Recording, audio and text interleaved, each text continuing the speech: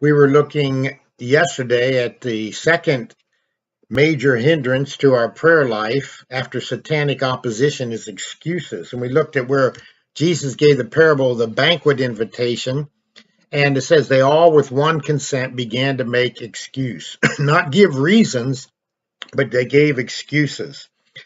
And all their excuses basically boiled down to this: we have other things to do, more pressing things right now, more pressing than spending time with God or attending the banquet.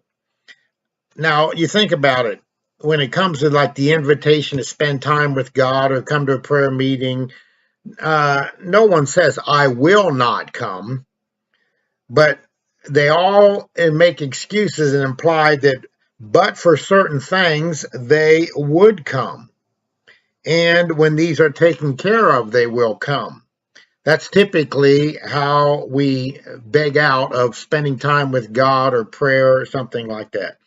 Many turn down the invitation to the banquet because, in their thinking, their mind, the timing is inconvenient. Now, our excuses may sound reasonable: work duties, family responsibilities, financial needs, etc. Nevertheless, God's invitation is the most important. God's invitation, no matter how inconvenient, his invitation is the most important. So we have to ask ourselves, am I making excuses? Are you making excuses not to pray, not to spend time with God, not to have a devotional life? Wesley said this: the most urgent worldly affairs frequently fall out just at the time when God makes the freest offers. He said the worldly affairs always seem to get in the way when God's inviting us and God's making a sweet offer to us.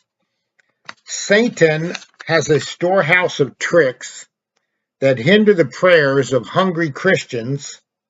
Excuse making is no exception. The devil rejoices when Christians cultivate fields of excuses. Man makes countless excuses covering almost any situation.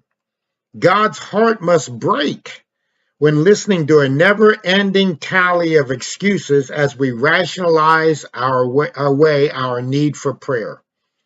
The true Christian life is a demanding one, and those who want to live for God must take time to pray. Those who live close to God do not fabricate excuses. Satan must no longer victimize us with entangling excuses. We must place blame where blame is due on our lack of prayer. We dare not neglect this important duty, hoping other Christians will carry the load. Pray daily and watch the effect on the satanic spirit of rationalization or excuse making. So writes author Dick Eastman. So important that we just don't make place for excuses. We give them no place. You know, and that parable, we hear these excuses. I cannot come. I must do something else. No, we just need to say, I'll do it. I'll pray. I'll spend time with God. I'll wait on him. Again, Hallisby wrote, one day we fail to pray because our head aches. The next because it has ached. And three more lest it should ache again. That one, Halsby, that was an unknown author. But Halsby said this. That was pretty good, though.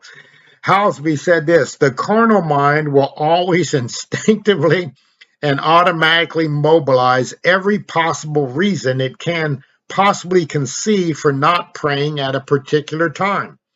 For example, you are too busy. Your mind is too preoccupied. Your heart is not inclined toward prayer. Later on, you will have more time. Your mind will be more calm and collected, and you'll be able to pray in a more devotional frame of mind. Before we know it, the entire day is gone, and we have not had a single quiet hour alone with Christ. Boy, isn't that how it is? We make excuses first thing in the day, and next thing we know, the day is gone. For that one writer, we fail to pray because our head aches one day, the next because it has ached, and 3 more lest it should ache again. Oh, let's get rid of all excuse making and just obey the master who says, "What? Could you not watch with me? Could you not watch with me?" We'll take it up here tomorrow. God bless you. Lord, help us and teach us to pray. I pray your blessing on these people that are watching and listening in Jesus' name.